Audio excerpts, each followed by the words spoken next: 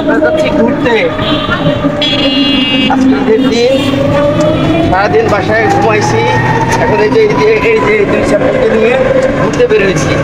এখন ফরিদপুরে ঘোরার মতো খুব ভালো জায়গা নাই, তো ভুইয়াবাড়ির ঘাটের দিকে যাচ্ছি। একটু ফাঁকা জায়গা আছে, প্রচণ্ড গরম, ওদের একটু বাতাস খাবো, হয়তো গেলে ওদের একটু ভালো লাগবে।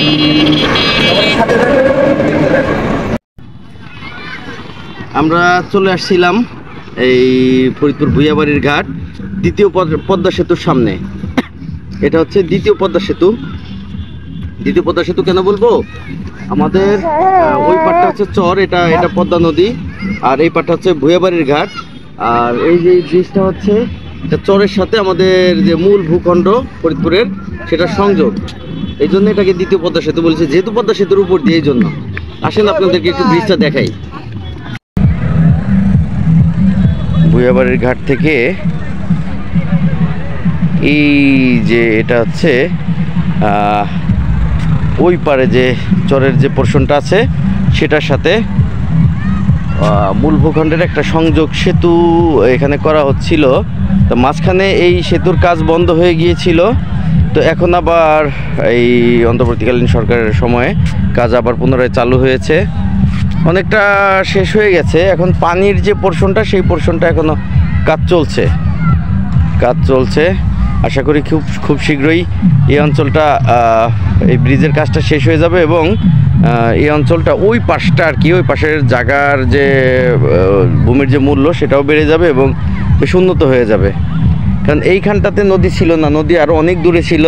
সেই নদী ভাঙতে চলে আসছে আমাদের এইখানটাতে আমি নিজেও এখানে নদী ভাঙন দেখেছি কি পরিমাণ। এই যে ওই যেখানটাতে দেখা যাচ্ছে এটা হচ্ছে ভুইয়াবাড়ির ঘাটের রাস্তার একদম শেষ মাথা, মানে এই পর্যন্ত ভাঙতে এই পর্যন্ত এসে ঠেকেছে। আর এই রাস্তাটা অনেক দূর ছিল, এই রাস্তাগুলোও অনেক দূর ছিল, নদীর পাড় দিয়ে রাস্তাটা চলে গেছে।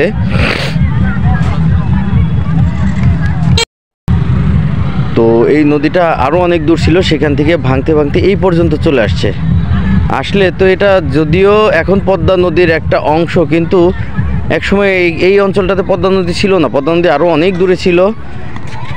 আর এখন এই পর্যায়ে এসে ঠেকেছে, এখন ব্রিজ হচ্ছে, তো সেই জন্য এটাকে দ্বিতীয় পদ্মা সেতু বললাম। আজকে হচ্ছে ঈদের দিন, ঈদুল ফিতর, প্রচণ্ড লোক সমাগম এই অঞ্চলটাতে, কারণ ফরিদপুর আসলে বেড়ানোর খুব একটা ভালো জায়গা নাই। তো বেড়ানোর জায়গা বলতে এই নদীর পাড়টাই, এই নদীর পাড়টাই যে কোনো অকেশনে দেখা যাচ্ছে যে এই নদীর পাড়েই মানুষের ভিড় হয়। ফরিদপুর শহরের যত মানুষ আছে, ফরিদপুর সুইচ গেট এবং এই নদীর পাড় এই অঞ্চলটাতে এসে ভিড় করে। তো আমরাও আজকে এসেছি, আমরাও এখানে একটু ঘুরতে আসলাম, আর ভাবলাম আপনাদেরকে একটু ফরিদপুরের দ্বিতীয় পদ্মা সেতুটা একটু দেখাই। তো দেখেন কি পরিমাণ লোক সমাগম আজকে এখানে। আমরা একটু দূরে চলে আসছি, কারণ ওইখানটাতে প্রচণ্ড সাউন্ড দিয়ে মিউজিক বাজাচ্ছে, যার কারণে আমরা একটু দূরে চলে আসছি, যেহেতু আমি এখনো মিউজিক পারমিশন পাইনি। আর প্রচণ্ড লোক সমাগম, আমরা একটু দূরেও চলে আসছি এখানটাতে। ওইখান থেকে হচ্ছে ট্রলারে করে লোকজন নদী পার হচ্ছে, তারা চরের দিকে যাবে। দেখেন প্রচণ্ড ভিড়। আর আমার সাথে, আমি যদিও একা আসিনি, আমার সাথে এই যে আমার স্যাম্পল আছে, এই যে আমার ভদ্রলোক, তিনিও আসছে। প্রচণ্ড দুষ্টুমি করে, মানে একটা ঝড় কোনো দিক দিয়ে গেলে আপনারা বুঝতে পারবেন যে দিক দিয়ে একটা ঝড় গেছে। আমার এই ভদ্রলোক তাই, যে রাস্তা দিয়ে যাবে আমরা বলতে পারবো যে এই রাস্তা দিয়ে আয়ন গেছে, আমার ঘরের থেকে আয়ন বের হয়েছে, এই রাস্তা দিয়ে বের হয়েছে, ও তার চিহ্ন রেখে যায়। এমন একটা ছেলে, আসলে নেগেটিভলিও কেউ উপস্থাপন করলাম না। তার এখন যে দুরন্তপনা, তার যে বয়সটা, সেই বয়সটাই আসলে এই দুরন্তপনার। অনেক কিছু মেনে নেই, অনেক কিছু মেনে নিই না, অনেক সময় বকি। তো সবাই ওর জন্য দোয়া করবেন। আর আপনাদের সাথে আমাদের পদ্মা সেতুটা শেয়ার করলাম, আপনাদের কেমন লাগলো কমেন্ট বক্সে জানাবেন।